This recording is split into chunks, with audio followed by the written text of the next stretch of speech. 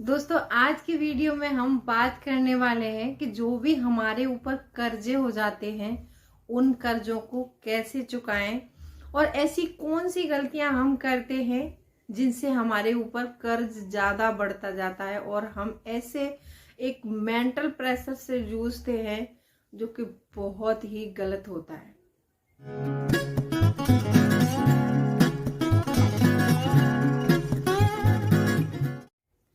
Hello friends, कैसे हैं आप सब। आई होप आप बहुत अच्छे होंगे और सेहतमंद होंगे और आप लगातार मेरी वीडियो के साथ भी बने हुए होंगे। दोस्तों आज की वीडियो में हम बात करेंगे अपने ऊपर जो कर्ज हो जाता है उस कर्ज को उतारने के बेहतर उपाय जानेंगे। और एक व्यूअर्स हैं, उन्होंने मुझसे कमेंट किया था कि उनके पास 1 लाख रुपए का कर्जा हो गया पिछले लॉकडाउन में और वो अभी तक उस कर्जे को चुका नहीं पाए हैं और उनकी इनकम महीने में सिर्फ 25,000 है और उनके 2 बच्चे हैं और फैमिली पूरी दिल्ली में वो लोग रहते हैं। तो उनका तो मैं बताऊंगी आपको, मैंने एक पूरा बजट तैयार करके रखा है कि उनको ये कर्ज कैसे उतारना है। लेकिन हम इस वीडियो में कुछ इंपॉर्टेंट बातें भी जानेंगे कि हमारे ऊपर कर्जा हो जाता है तो हम कैसे कैसे मेंटल प्रेशर से जूझते हैं और कैसी कैसी स्थिति आती है हमारे सामने जो बहुत ज्यादा बेकार होती है।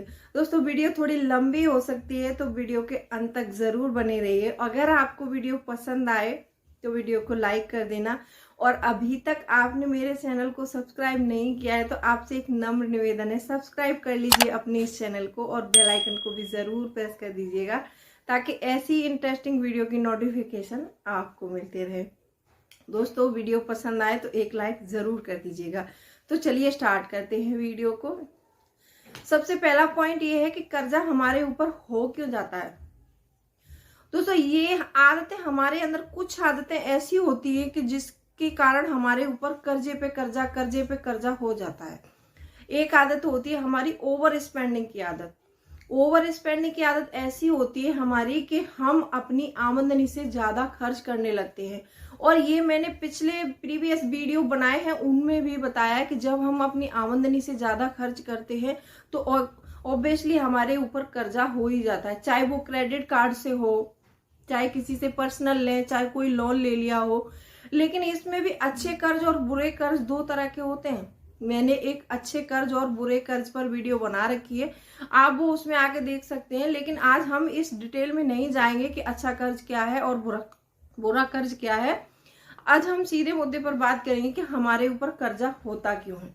पहली बात तो हमारी ओवर स्पेंडिंग की आदत हो जाती है, उसकी वजह से कर्जा होता है। दूसरी आदत, हम अपने मनी का मैनेजमेंट नहीं करते हैं। जब हम अपने पैसे का मैनेजमेंट नहीं करते हैं तो हमें कैसे पता चलेगा कि हमारा पैसा कहाँ से आ रहा है और कहाँ जा रहा है। हमारे वही पुराने ढर्रे पर चले जा रहे हैं, जैसे हमारे मम्मी पापा करते थे कि जितना कमा लिया उसमें से खर्च कर लो, जितना बचेगा बच जाएगा, नहीं तो अगले महीने देखेंगे।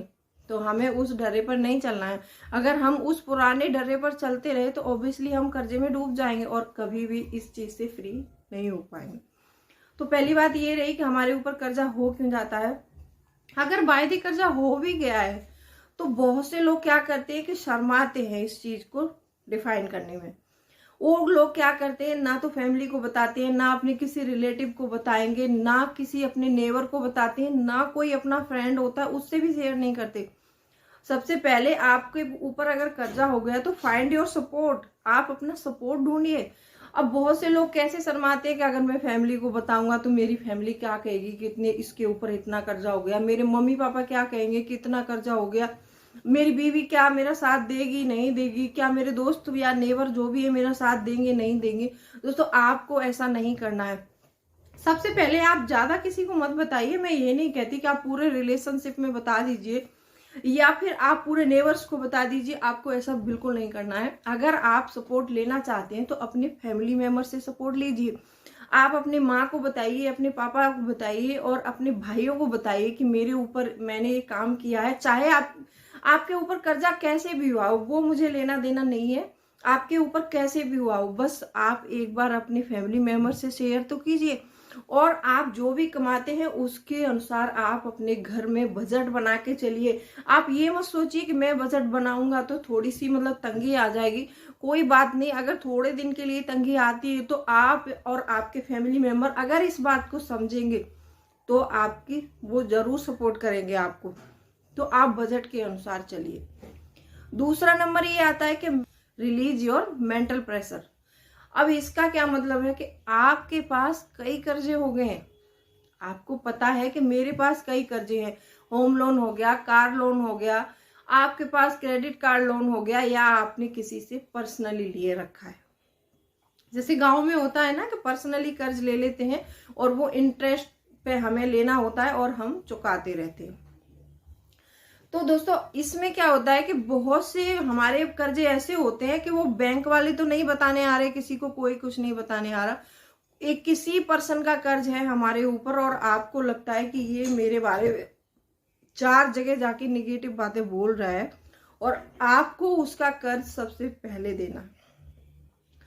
तो आप अगर अपने घर वालों की सपोर्ट ले लेते हैं तो उस सपोर्ट को लेने से आपको ये होगा कि थोड़ी हिम्मत मिलेगी, आपको एक मेंटल सपोर्ट तो मिलेगा ही मिलेगा, हो सकता है आपको थोड़ा फाइनेंशियल सपोर्ट भी मिल जाए उनकी तरफ से। तो आपको ये सोचना है कि सबसे पहले मुझे उसका कर्ज देना है। अब कर्ज पटाने में आप कैसे पटा सकते हैं, आप सारे कर्जों की लिस्ट बना लीजिए, ऊपर से आप लिस्ट बनाइए। सबसे पहले जो बड़ा अमाउंट है उसको आप डिक्रीजिंग में लिखिए उसको, और सबसे छोटा अमाउंट लास्ट में आके आप लिख लीजिए। चाहे वो कर्ज 50,000 का हो और चाहे 20,000 का हो। मान लीजिए 15 लाख होम लोन है, 10 लाख कार लोन है, मतलब जो भी है बड़े बड़े अमाउंट आप छोटा लिखिए। सबसे पहले हमारा माइंड सेट क्या होता है कि हमारे ऊपर 4 कर्जे हैं, आपके ऊपर मान लीजिए होम लोन्स हैं या कोई लोन्स है, तो आपको लगता है कि हमारे ऊपर 4 कर्जे हैं, तो माइंड सेट हमारा 4 पर वो हो रहा है ना। तो आप अगर चाहे कितना भी छोटा लोन पे कर देंगे, लेकिन हमारे दिमाग को पता चल जाएगा कि हमारे ऊपर अब 3 कर्जे रह गए। अगर वो 3 कर्जे रह गए, आप ये सोच के भरते जाएंगे और आपको पता है कि ये कर्जा मुझे मेंटली जो है टॉर्चर कर रहा है, तो उसका सबसे पहले निकालने की कोशिश करिए। और आप जो फैमिली से छुपाते हैं, इस बात को आपको बिल्कुल छुपाना नहीं है, बताना है अपनी फैमिली में। आपकी फैमिली आपको पक्का सपोर्ट करेगी। अब आती हूँ, जो मेरे व्यूअर्स हैं उन्होंने बताया था मुझे कि मेरे ऊपर 1 लाख रुपए का कर्जा हो गया है लॉकडाउन में और मैं 25,000 रुपए कमाता हूँ मंथ में। तो उनको क्या करना है, मान लीजिए आपने ब्रदर मुझे खर्च नहीं बताया था कि मेरा इतना खर्चा है, सिर्फ आपने 2 बच्चे बताए थे कि एक बच्चा जिसमें से स्कूल जाता है और एक घर पर ही छोटा है वो अभी नहीं जाता है। ब्रदर मैं बताती हूँ आपको, आप 25,000 कमाते हैं तो आपको क्या करना है कि ये जो मैं फॉर्मूला बता रही हूँ रिचेस्ट मैन बेबीलोन बुक से लिया गया है, मैंने उसी के आधार पर बताया है आपको। आपको क्या करना है कि आपको अपने 25,000 सैलरी जो मंथ में मिलती है उसका पहले मैनेजमेंट करना है। आप उसका मैनेजमेंट कैसे करेंगे, आपको क्या करना है कि उसमें से 70% पैसा अलग निकाल देना है। जो भी आपकी 25,000 रुपये सैलरी आती है उसका 70% हो गया आपका 17,500 रुपये। 17,500 रुपये आप अलग निकाल देंगे। अलग निकालने के बाद में उनसे आपको क्या करना है, आपके जो दैनिक खर्चे हैं मंथ के, आपका होम का रेंट हो गया, आपकी जो भी बेसिक नीड्स है वो पूरा करने हैं उस 17,500 रुपये में। फिर आपको 30% पैसा अलग रखना है। 30% हो गया आपका 7,500 रुपये। 7,500 रुपये को आप अलग रखेंगे। उसमें से आपको क्या करना है कि 5% पैसा निकाल के एक अलग अकाउंट में रखना है, जो आपका एक सेपरेट अकाउंट होगा, चाहे आप उसको सेविंग कह सकते हैं। अब इसमें बात आती है कि हमारे रोटी कपड़ा और मकान की जरूरत होती है। अब जो 17,500 रुपये होंगे उसमें आप अपना मंथ का बजट बनाएंगे जो दैनिक खर्चे हैं।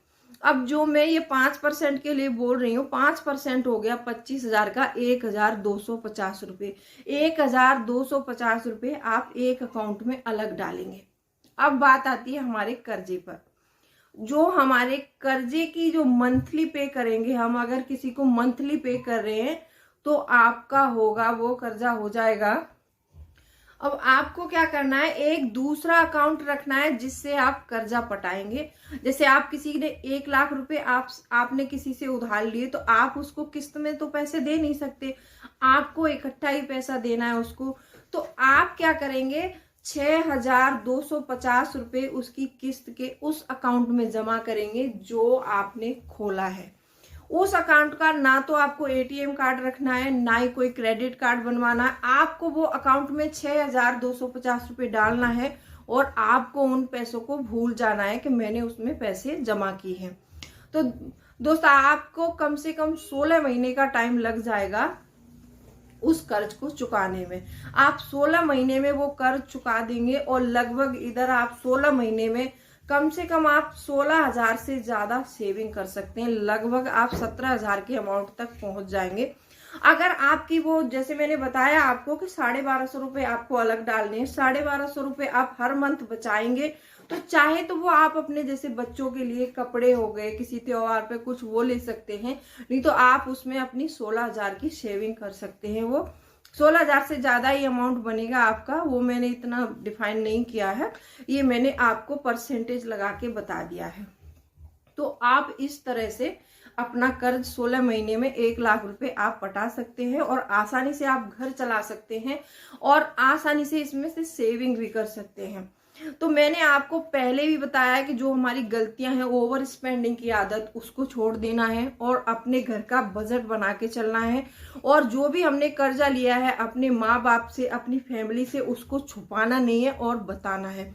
और ऐसे समय में हमको क्या करना है कि अपनी जो इनकम है उसको बढ़ाने के बारे में सोचना है, जो पैसे के सोर्सेस हैं वो बढ़ाने हैं।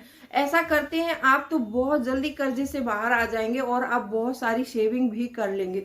अगर आप ये नहीं कर सकते तो आप कम से कम अपने जो एक्सपेंडिचर है उसको घटाने की कोशिश कीजिए।